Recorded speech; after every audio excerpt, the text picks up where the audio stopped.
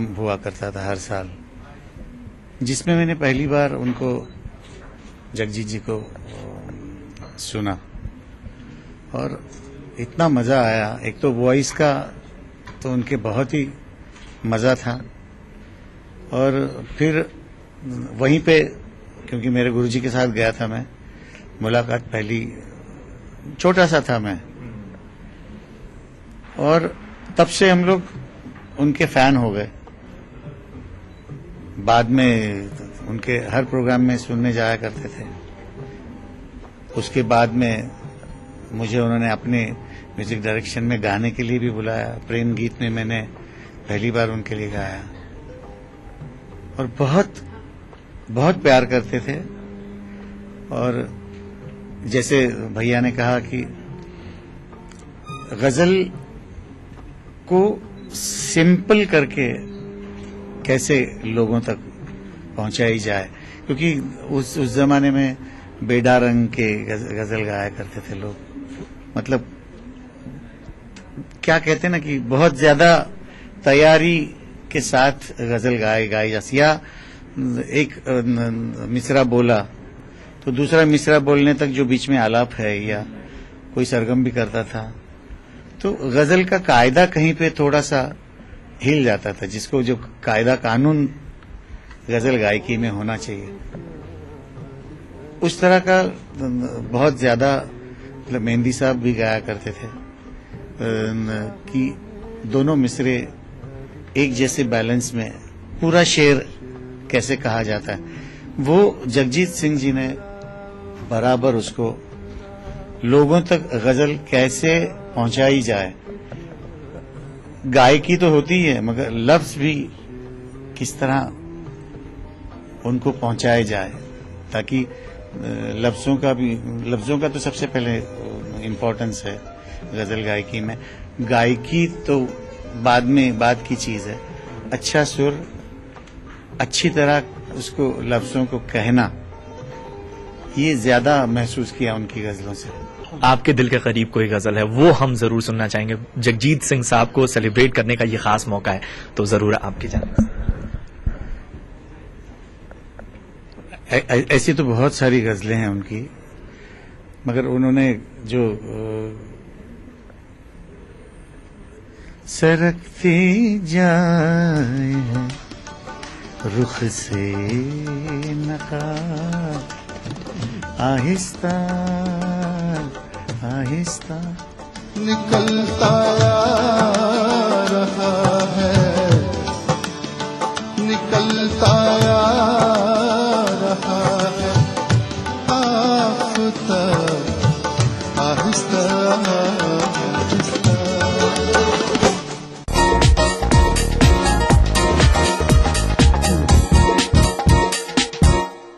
With that, it's a wrap on this episode of E-Cafe. Hope you enjoyed it. Entertainment world की हर update के लिए मिलते रहिए Sunday to Friday only on E-Cafe with me, Misha. And as always, B-Town की latest updates के लिए आप हमें ट्विटर पर भी फॉलो कर सकते हैं @ETV E-Cafe. फिलहाल के लिए दीजिए इजाजत। Goodbye and take care.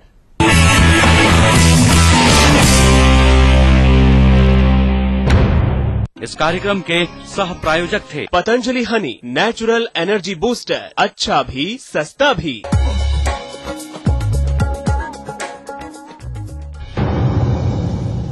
Bundele हर बोलों के मुंह हमने सुनी कहानी थी,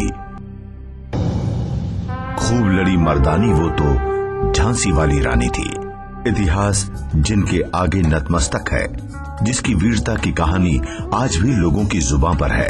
आजादी की पहली लड़ाई जिसके योगदान के बिना अधूरी है, उस झांसी की रानी लक्ष्मीबाई के अभूतपूर्व शौर्य और पराक्रम को बयां करने वाला झांसी बुंदेलखंड के पर्यटन की सबसे बड़ी शान है। दरअसल बुंदेलखंड की ऐतिहासिक इमारतें इसके समृद्धशाली इतिहास की गवाही देती हैं। इस पूरे क्षेत्र का हर हिस्सा ऐतिहासिक धरोहरों से सजा पड़ा है। इन ऐतिहासिक इमारतों की अपनी गौरवशाली दास्तान है, और यही वजह है कि हर साल बड़ी संख्या में पर्यटक इनसे रूबरू होने पहुंचते हैं।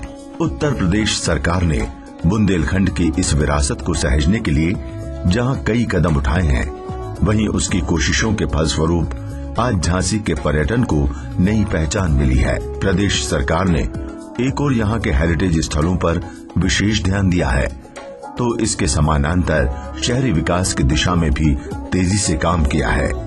झांसी के प्रमुख हेरिटेज स्थलों की बात करें तो इनमें सबसे अहम यहाँ का किला है। पहाड़ी के ऊपर सेना के दुर्ग के तौर पर बनवाया गया 17वीं शताब्दी का ये किला रानी लक्ष्मीबाई के नेतृत्व में लड़ी गई आजादी की पहली लड़ाई का गवाह है। इन हेरिटेज स्थलों के साथ शहरी विकास की दिशा में कराए गए प्रदेश सरकार के कामों पर नजर डालें तो झांसी में स्थित नारायण बाग का पर्यटन विकास एवं सौंदर्यीकरण भी किया गया है। झांसी में हम लोगों ने अभी शुरू कराया वहाँ पे झांसी के लिए लोकल बस सर्विस जो कि पर्यटकों के लिए डेडिकेटेड रहेगी। इसके अलावा जो वहाँ साउंड एंड लाइट शो होता है उसको अपग्रेड करने जा रहे हैं और साथ में एक छोटा म्यूजियम जो वहाँ पे है उसको हम लोग फर्दर इसको डेवलप करेंगे ताकि और भी बेहतर एक्सपीरियंस मिल सके। साथ साथ कालिंजर और चित्रकूट जाने के लिए वहाँ पे सर्विसेज इंट्रोड्यूस करने की बात है ताकि उसको और ब्रांडिंग और पब्लिसिटी करके ड्यूरेशन और जो विजिट है उसको बढ़ाया जाए। इसके अलावा कई अन्य प्रकार की सुविधाएं पर्यटकों को प्रदान की जा रही है, जिसके तहत झांसी किले के पास के परिसर के विकास के लिए लैंडस्केपिंग और हेरिटेज कार्य, वाटर बॉडी और फाउंटेन, म्यूजियम, फूड कोर्ट और टॉयलेट ब्लॉक, एम्पी थिएटर आदि की भी पहल की गई है और झांसी विकास प्राधिकरण को इसके लिए धनराशि उपलब्ध करा दी गई है। हेरिटेज स्थलों के साथ शहरी विकास के नजरिए से बुंदेलखंड परिपथ भी बेहद अहम है, जिसके तहत पर्यटन के नजरिए से बेहद खास माने जाने वाले इस इलाके पर सरकार ने विशेष ध्यान दिया है। बुंदेलखंड परिपथ के विकास से जहां कई जगहों को नई पहचान मिली है, वहीं स्थानीय स्तर पर विभिन्न प्रकार की सुविधाओं का विकास होने के साथ साथ पर्यटकों को भी इन क्षेत्रों में पहले से ज्यादा सुविधाएं मिल रही हैं। पर्यटकों की सुविधा प्रदान करने के उद्देश्य से किए गए शहरी विकास के कार्यों के बाद अब झांसी की तस्वीर पूरी तरह से बदल चुकी है। बेहतर चिकित्सा सुविधा, यातायात के सुदृढ़ इंतजाम, पार्कों का सौंदर्यीकरण, रोजगार के नए अवसर सृजित करने जैसे कार्यों ने झांसी का नजारा ही बदल दिया है।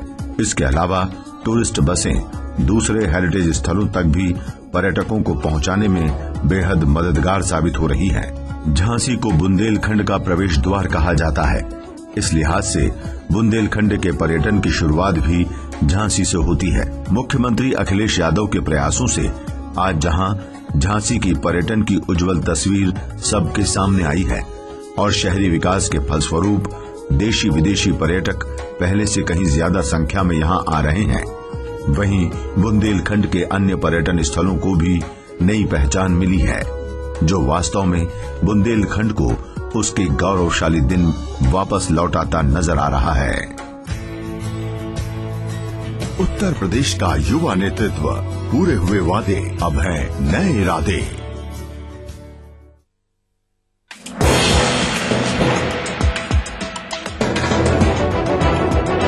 आप देख रहे हैं ETV न्यूज उत्तर प्रदेश उत्तराखंड, खबर ही जीवन है। इस न्यूज के सह प्रायोजक हैं trust, we know what it means.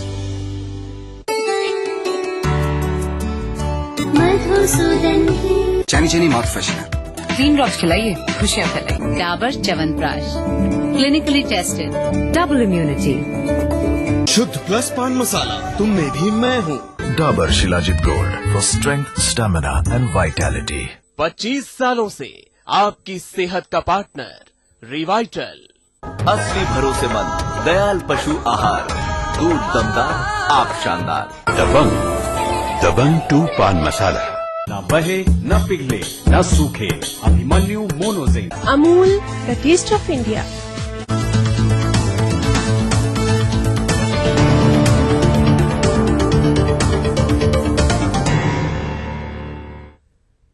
नमस्कार, स्वागत है आपका। आप अपना यूपी देख रहे हैं। शाम के 7 बजने को हैं। दिन भर क्या घटा प्रदेश में खास, हम आपको बताएंगे अगले आधे घंटे में। आपके साथ मैं हूं शबाब। बुलेटिन की शुरुआत करेंगे इस वक्त की हेडलाइंस के साथ। लखीमपुर खीरी में 3 सगी बहनों का बदमाशों ने किया अपहरण, मांगी 50 लाख की फिरौती। बरामदगी के लिए जंगलों में कॉम्बिंग कर रही है पुलिस। उजागर हुआ कानपुर पुलिस का निकम्मापन। शिकायत करने के लिए जारी कर दिया अधूरा व्हाट्सएप नंबर, 10 की बजाय सिर्फ 9 ही अंक। फर्रुखाबाद में अस्पताल से आशा वर्कर की 11 महीने की बच्ची लापता, बंद पड़ा था सीसीटीवी कैमरा, हवा में हाथ पैर मार रही है पुलिस। कानपुर में कुत्तों के खून को भी लोगों ने बना लिया कारोबार का जरिया। आवारा कुत्तों का खून निकालकर डॉग्स क्लिनिक पर बेचने का चल रहा है गोरख धंधा। खुद पर रो रहा है देश को 47 होनहार IAS अफसर देने वाला जौनपुर का माधोपुर गांव। अफसर बनने के बाद नहीं ली गांव की सुध, सीएम ने लिया संज्ञान, घोषित किया जनेश्वर मिश्र गांव। और गोंडा में लगा है साइबेरियाई मेहमान परिंदों का जमावड़ा, सैलानियों का तांता।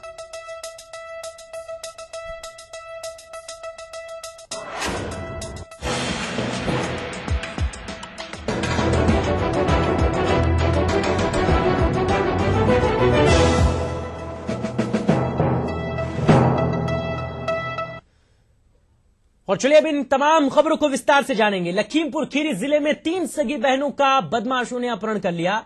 बाइक सवार बदमाशों ने तीनों बहनों को अगवा किया है। लड़की के फोन से बदमाशों ने परिवार से 50 लाख की फिरौती भी मांगी है।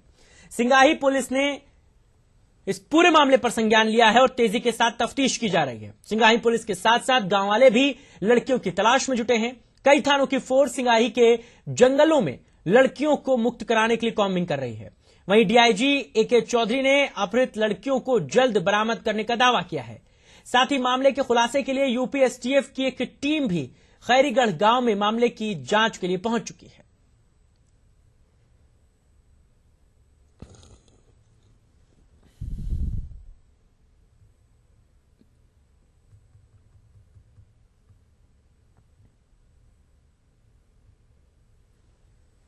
तो आपको बता दें कि इन तीनों लड़कियों के अपहरण के बाद पूरे इलाके में सनसनी फैल गई। बताया जा रहा है कि ये तीनों लड़कियां अपनी मां के साथ जाड़े के मौसम में घर के बाहर आग ताप रही थी। उसी दौरान 6 लड़के 3 मोटरसाइकिल से आए और तीनों लड़कियों को अपने साथ बिठाकर मां को भी काफी दूर तक घसीटते हुए ले गए। इसके बाद मां को छोड़ने के बाद ये तीनों मोटरसाइकिल से सवार 6 लोग उन तीनों लड़कियों को लेकर के पास के जंगलों में भाग गए।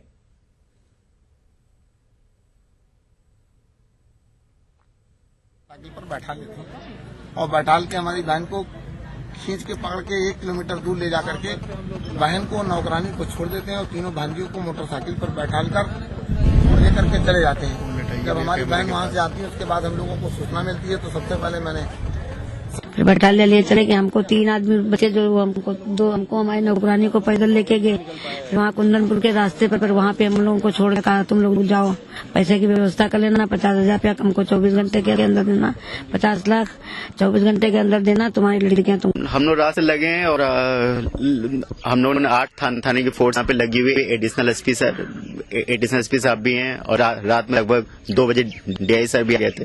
तो यहाँ पे पूरी पुलिस मुस्तैद है और मॉर्निंग में हम लोगों ने गांव वालों के सहयोग से लगभग 30 मोटरसाइकिल अंदर भेजी हैं, जिसमें एक पुलिस का सिपाही और एक गांव का आदमी। इसके अलावा गांव के बहुत सारे लोग और हमारे सारे एसओज भी यहाँ पे अंदर ढूंढ रहे हैं, खोजबीन चल रही है। सिंगाही थाना क्षेत्र के खैरीगढ़ गांव में हुई वारदात दिल दहला देने वाली है और डराने वाली भी है। कानून व्यवस्था पर भी बड़ा सवाल उठाती है। ये वही जगह है जहां पर ये लड़कियां अपनी मां और नौकरानी के साथ आग ताप रही थी रात में। और हम दिखाते हैं आपको ये पूरा घर जहां पर पूरी वारदात को अंजाम दिया गया है। ये रामबली गुप्ता जी का घर है, काफी संपन्न परिवार है और आप पीछे देख सकते हैं कोलू लगा है, बड़े वाले जनरेटर लगे हैं और काफी इस इलाके में पूरा ये प्रतिष्ठित परिवार माना जाता है, काफी संपन्न परिवार माना जाता है। और आज यहाँ पर इनका पूरा परिवार जो है वो गमजदा है, गुस्सा भी है लोगों में। यहाँ पर तमाम लोग यहाँ पर जंगल में कॉम्बिंग कर रहे हैं, आसपास के गांव वाले भी इकट्ठा हैं।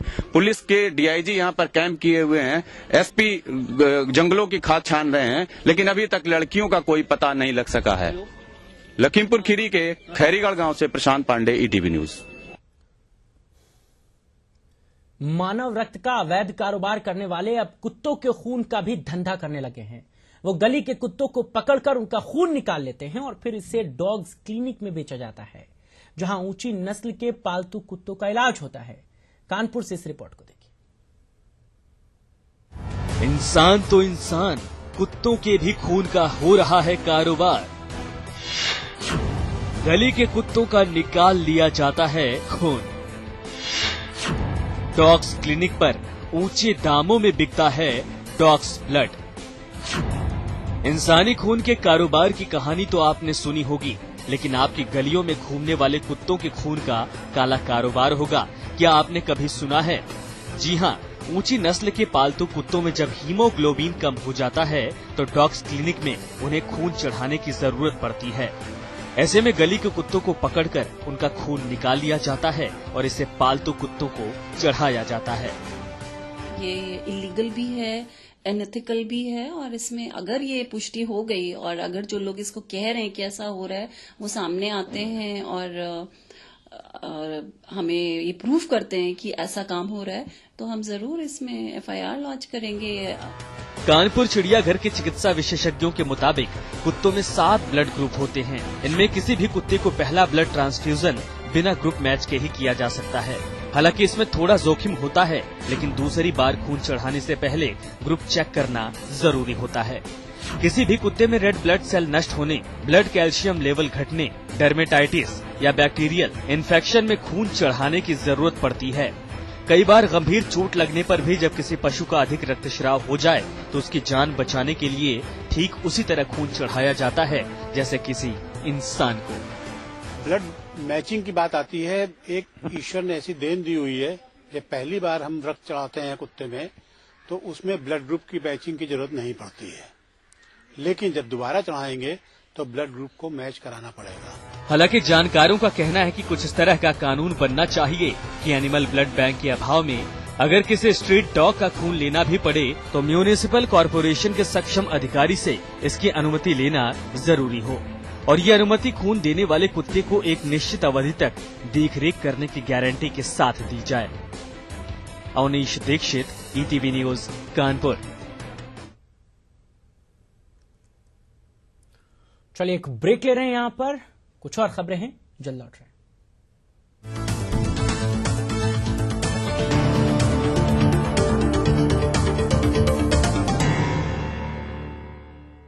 25 साल पूरे होने के जश्न में पाइए मौका 25 ग्राम गोल्ड या सिल्वर कॉइंस जीतने का। Revital age special anniversary pack खरीदिए और यूनिक नंबर को 0900499049 पर SMS कीजिए। रिवाइटल एज, जियो जी भर के।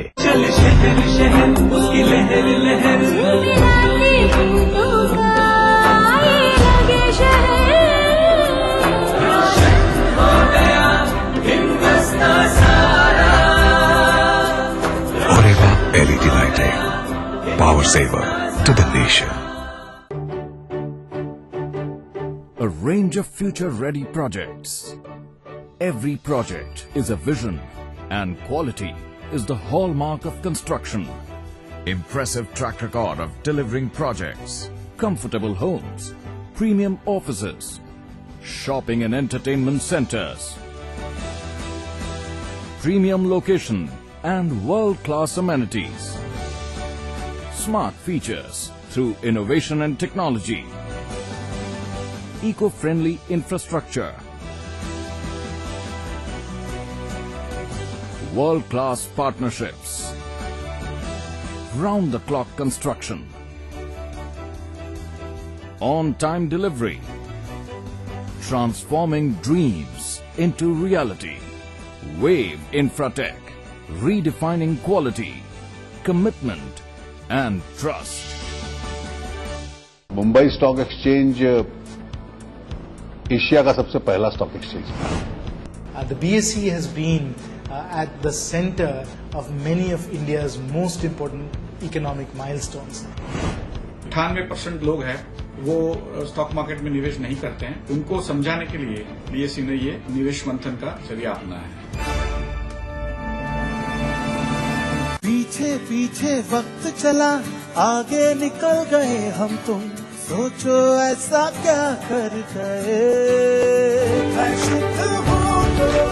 शुद्ध प्लस पान मसाला, तुम में भी मैं हूँ। प्रदेश के युवा एवं ऊर्जावान मुख्यमंत्री अखिलेश यादव की सोच, कुशल नेतृत्व एवं मार्गदर्शन से उत्तर प्रदेश उत्तम प्रदेश बनने की ओर अग्रसर है। प्रदेश के हर क्षेत्र में विकास दिखाई पड़ रहा है। प्रदेश सरकार की अन्य कई प्रमुख योजनाओं में से एक ट्रांस गंगा हाईटेक सिटी परियोजना धरातल पर दिखाई देने लगी है। लगभग 1200 एकड़ में फैली ट्रांस गंगा हाईटेक सिटी परियोजना में आवासीय, औद्योगिक एवं व्यावसायिक भूखंड उपलब्ध होंगे, जिससे हर क्षेत्र का आर्थिक विकास होगा। वहीं दूसरी ओर औद्योगिक इकाइयां स्थापित होने से प्रदेश में औद्योगिक निवेश का वातावरण बनेगा, जिससे जनपद एवं आसपास के क्षेत्रों के बेरोजगारों को रोजगार भी सुलभ होंगे। विकास की गति को तीव्रता देने के लिए आंतरिक मूलभूत सुविधाओं के साथ साथ परियोजना में 6 लेन का मार्ग बनाया जा रहा है। साथ ही गंगा नदी पर एक पुल भी बनाया जाना प्रस्तावित है। इस परियोजना में प्रदेश की संस्कृति, उद्योग एवं विकास का समग्र रूप परिलक्षित होगा। Trans Ganga hitech city smart city की अवधारणा पर आधारित है। तो तैयार हो जाइए UPSIDC की ट्रांस गंगा हाईटेक सिटी परियोजना का हिस्सा बनने के लिए। कभी कभी इज्जत और एहतराम लफ्जों में नहीं, इमारतों में बयां किए जाते हैं। ओमैक्स हजरतगंज के विरसे को सलाम करते हुए गोमती नगर एक्सटेंशन में लेकर आए हैं एक शानदार कमर्शियल प्रोजेक्ट। पेश खिदमत है ओमैक्स हजरतगंज। फसल लहलाती, खुशहाल और मजबूत हो तो हमेशा अभिमन्यु मोनो जिंक ही डालना, समझे? न बहे, न पिघले, न सूखे, अभिमन्यु मोनो।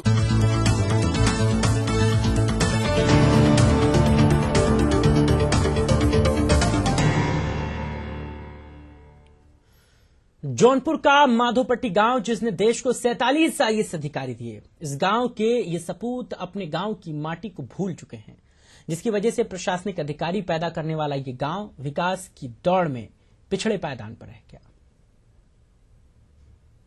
सवाल है, संभवतः भारतवर्ष में शायद ही कोई गांव ऐसा हो जहां 47 IAS और PCS अधिकारी हों। लेकिन सबसे बड़ी बात ये थी कि अधिकारियों के होते हुए भी इस गांव का जो विकास होना चाहिए था वो नहीं हुआ। यूपी में जौनपुर और जौनपुर में है माधोपुर गांव। इस गांव के 75 घरों ने देश को 47 IAS दिए हैं। गांव की माटी ने अफसर बनाया। कोई अमेरिका में है, कोई स्पेन में राजदूत है, कोई तमिलनाडु का मुख्य सचिव है, कोई बिहार का होम सेक्रेटरी है और कोई इसरो में है। ऐसा नहीं है कि ये अफसर IAS ही पैदा हुए थे।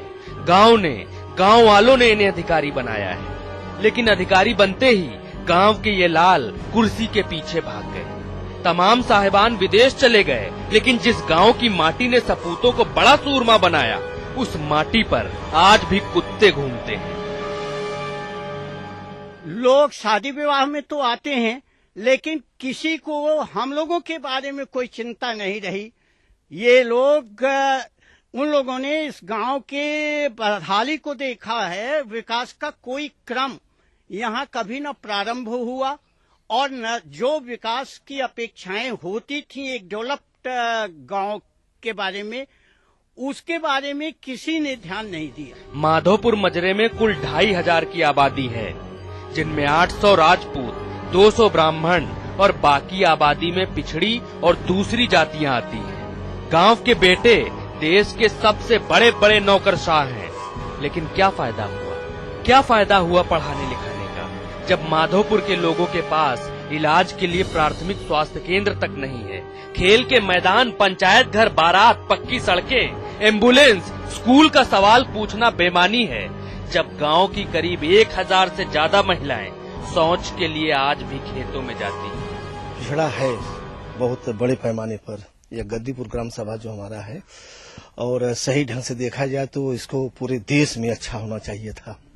बड़ी पीड़ा होती है इस गांव को देख करके। रास्ता भी नहीं है और न पंचायत भवन है और न पशु हमारे यहाँ बीमार होते हैं, मर जाते हैं।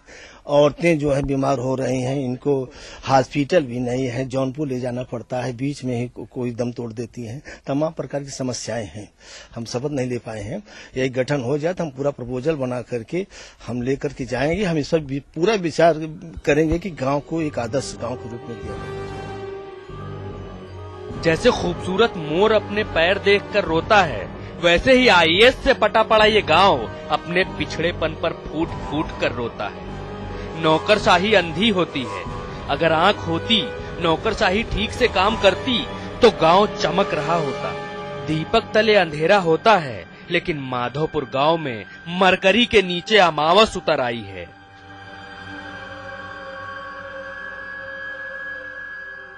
माधोपट्टी गांव की ये खेत न सिर्फ फसलें पैदा करती हैं, बल्कि प्रशासनिक अधिकारी को भी उपजाती हैं। लेकिन अफसोस की बात तो ये है कि तमाम ऊंचे ओहदे पर बैठकर यहाँ के उपज जो हैं, वो अपनी मिट्टी को ही भूल चुके हैं। मोहम्मद अब्बास और पंकज के साथ रोहित सिंह, ETV न्यूज, जौनपुर।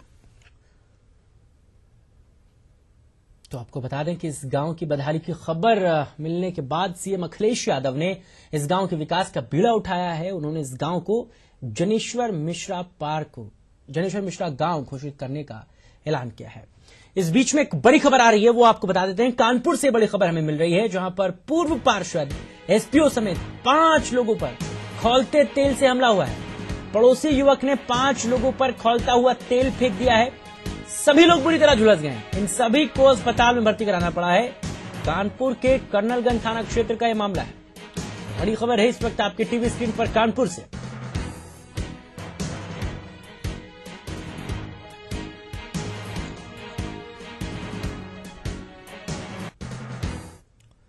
वक्त एक और ब्रेक का है, बने रहिए हमारे साथ।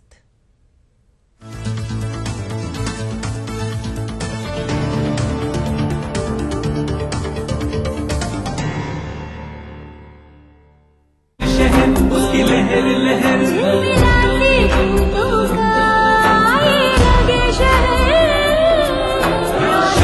हो गया हिंदुस्तान सारा। ओरेवा LED लाइटें, power saver to the nation. पीछे पीछे वक्त चला, आगे निकल गए हम तुम, सोचो ऐसा क्या कर गए। शुद्ध प्लस पान मसाला, तुम में भी मैं हूँ। पंडित जी चले गए, फिर आप दोनों है ना, तो सब कुछ है। शुरुआत सही तो हर बात सही। वंडर सीमेंट, एक परफेक्ट शुरुआत। तुम जाए तन मन भर आंगन में हिकाए। राजेश मसाला अब इंटरनेशनल क्वालिटी में उपलब्ध। राजेश मसाला। कानपुर विकास प्राधिकरण ने सभी आय वर्गों के लिए गुणवत्ता युक्त जीवन शैली सहित आर्थिक क्षमता के अनुसार आवास उपलब्ध करने की पहल की है। इसके तहत अफोर्डेबल आवासीय योजना पूरी हो चुकी है। इसके साथ ही प्रदेश सरकार की लोकप्रिय समाजवादी आवासीय योजना में सभी आय वर्ग को शामिल करते हुए प्राधिकरण ने 22 से 26 लाख रुपए विक्रय मूल्य के कुल 5252 आवासीय भवनों का निर्माण भी शहर में कराया है। KDA ने बाल उद्यान मोती झील का सौंदर्यीकरण करते हुए लैंडस्केपिंग का काम बेहद कम समय में पूरा किया जा चुका है। खास तौर से यहाँ म्यूजिकल फाउंटेन पार्क को पूरा किया गया है। म्यूजिकल फाउंटेन पार्क में लेजर लाइट शो लोगों को बेहद अद्भुत एहसास करा रहा है। आम जनता को शहर में एम्फी थिएटर, झील, spiral wall, children play area, children उपकरण, बटरफ्लाई गार्डन, टॉयलेट, पाथवे आदि सुविधाएं मिल सकेंगी। आम जनता के मनोरंजन, मॉर्निंग इवनिंग वॉक और एक्सरसाइज आदि के लिए फूलबाग गार्डन के लैंडस्केपिंग का काम पूरा कराया गया है। शहर में पार्किंग की समस्या के समाधान के लिए KDA ने मॉल रोड स्थित पंचक्की चौराहे के करीब मल्टी लेवल भूमिगत पार्किंग का निर्माण करने की पहल की है। इसके साथ ही गंगा बैराज पर पर्यटन के मद्देनजर अत्याधुनिक सुविधाओं से सुसज्जित लोहिया बॉटनिकल उद्यान का विकास भी प्राधिकरण की बड़ी उपलब्धि है, जिसके अंतर्गत drive in cinema, banquet hall, commercial block, water museum, fish pond, picnic spot, amphi theatre और मैरिज पार्टी लॉन्च की सुविधा का लाभ देने की पहल की गई है। KDA ने शहर के बीच घनी आबादी वाले क्षेत्र में स्थित ट्रांसपोर्ट नगर को शहर से बाहर स्थानांतरित करने की भी पहल की है। KDA ने मुख्य बाजार, नवीन मार्केट और आसपास आने वाले वाहनों की पार्किंग की व्यवस्था के लिए सौंदर्यीकरण का कार्य कराने का भी अहम फैसला लिया है। कानपुर विकास प्राधिकरण ने अपनी नई विकास योजनाओं और कार्यों से शहर की रंगत बदलने का काम किया है। अब शहद खाने वालों के अच्छे दिन आ गए। बाजार में बिकने वाला 250 ग्राम ब्रांडेड हनी 122 रुपए तक और पतंजलि हनी 70 रुपए में। पतंजलि हनी अपनाएं और 250 ग्राम बैग पर 52 रुपए तक बचाएं। Natural energy booster Patanjali Honey. हम रुदाली हैं और रोना हमारा पेशा है, पर इस नई पीढ़ी से तो रोया भी